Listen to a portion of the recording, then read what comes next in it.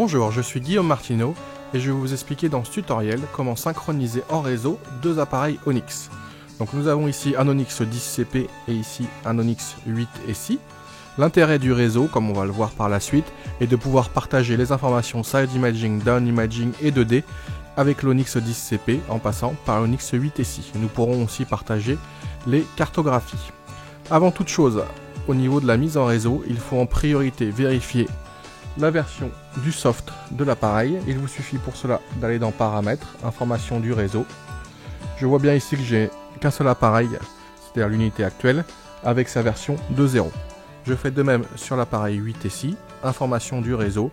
Ici aussi, je suis en version 2.0. Il est vraiment très important que les deux appareils soient dans la même version de logiciel pour pouvoir bien communiquer entre eux. Si ce n'était pas le cas, je vous conseille de vous rapporter au tutoriel de mise à jour. Une fois cette vérification effectuée, il convient d'éteindre les deux appareils afin de pouvoir les brancher en réseau à froid. Il suffit de venir connecter le câble réseau sur la prise Ethernet. Une fois celui-ci en fichier bien vissé pour éviter les problèmes de connexion réseau en navigation. Voilà, notre réseau est relié. Je vais faire de même sur le deuxième appareil et nous pourrons les rallumer. Mes deux appareils sont maintenant connectés et après avoir redémarré normalement, une fenêtre de synchronisation apparaît sur les deux appareils. Je vais pouvoir venir choisir sur l'une ou sur l'autre la fonction synchroniser le réseau. Une fois cette touche validée au niveau de la synchronisation, un petit menu apparaît, me confirmant que cette unité sera l'unité maître et celle-ci la deuxième unité. Je n'ai juste à appuyer sur la touche synchronisation réseau, à confirmer celui-ci. La synchronisation réseau va alors démarrer sur les deux appareils. Ma synchronisation réseau a maintenant bien fonctionné. Je vais vérifier que les appareils sont en réseau.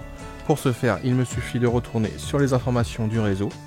On voit ici apparaître mon unité 10CP, mon unité 8SI, les deux appareils étant bien en version 2.0. Je vais après venir vérifier de même sur mon 8SI. Je contrôle toujours avec l'information du réseau. Ici mon 8SI et j'ai bien en unité à distance le 10CP.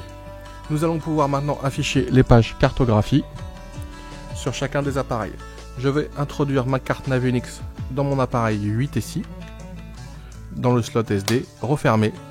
La carte Navionics avec l'ensemble de ses détails va s'afficher sur mon écran de 8SI et je vais pouvoir le retrouver à l'identique sur mon 10CP qui lui, comme on peut le voir, ne possède aucune carte SD Navionics à l'intérieur.